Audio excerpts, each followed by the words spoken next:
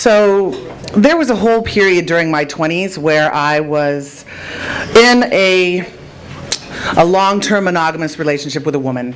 And I said period, but it really was an era. It was like 10 years.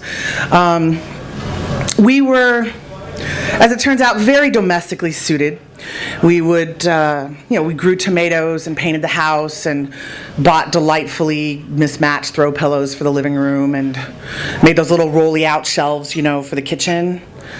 Yeah, I was very crafty. I spent a lot of time doing that. And this is not to say either that I didn't love her. Like, I loved her dearly. We had gone to the full extent of making our own commitment ceremony in college. And talk about planning your own weddings. I mean, we were like doing it on Kinko's and fucking candles that we bought for a discount lot, sort of thing. We were committed like that. But there was other stuff going on for me at that time. I had started to have some dissatisfaction, let's just say, with my love life. I was started reading BDSM novels by Pat Califia. He goes by Patrick now. He wrote these great novels that were really like engaging on a plot basis, but also really descriptive and evocative. And I was curious. I wanted more. Let's add on to the whole "this is domestic bliss." I was working in a geology library at a university. Can you imagine how boring that is? I don't think you can imagine how boring that is. So I had layer upon layer of like, this is not what I want. This was not what I wanted. I wanted more. I wanted more color, more sex, more magic. In these books that I was reading, the heroes, or the protagonists or whatever, I mean, they were sexy. Domestic was sexy. They would do the dishes and then get down on their knees and give head to a 12-inch dildo. That did not happen at my house, We did the dishes and then we watched the X-Files and then we cuddled, So it was not the happiest of times, and like some deep, profound level. I tried different ways of changing that. And at one point, we talked about opening up the relationship. So not only did we talk about it, we went ahead and did it. I asked for it, that is, and she agreed. And this is really where the story picks up for me, because I don't like how it turned out. I was going off to meet someone I had met on Craigslist Casual Encounters, which is an awesome source for the lovelorn.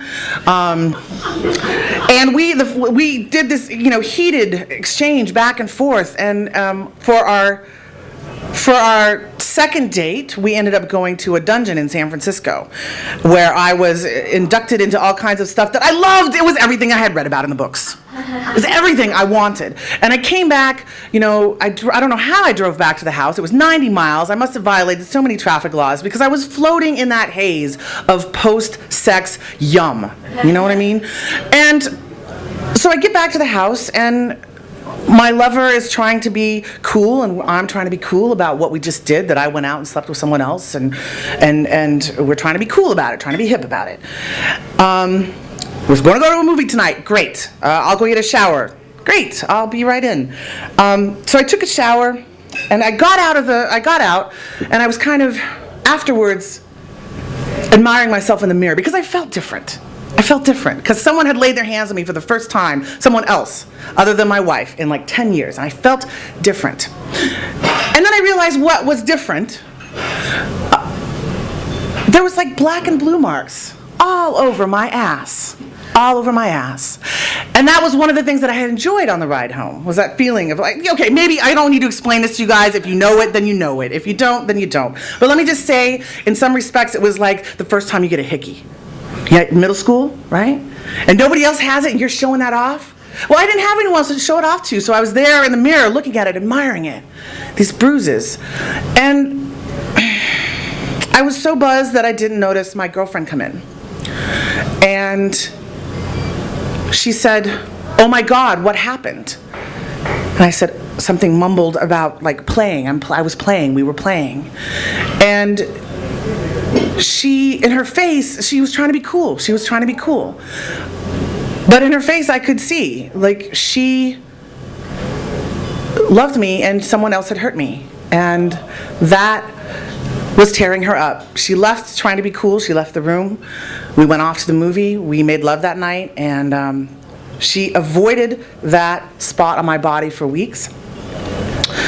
And that was the beginning of the end of that relationship, because we had realized, we are not coming together. There is something that I want that she can't give, and not only that, but it hurts her to see it on me. So, I don't know how to end that exactly, but that's the story I wanted to tell. Thank you.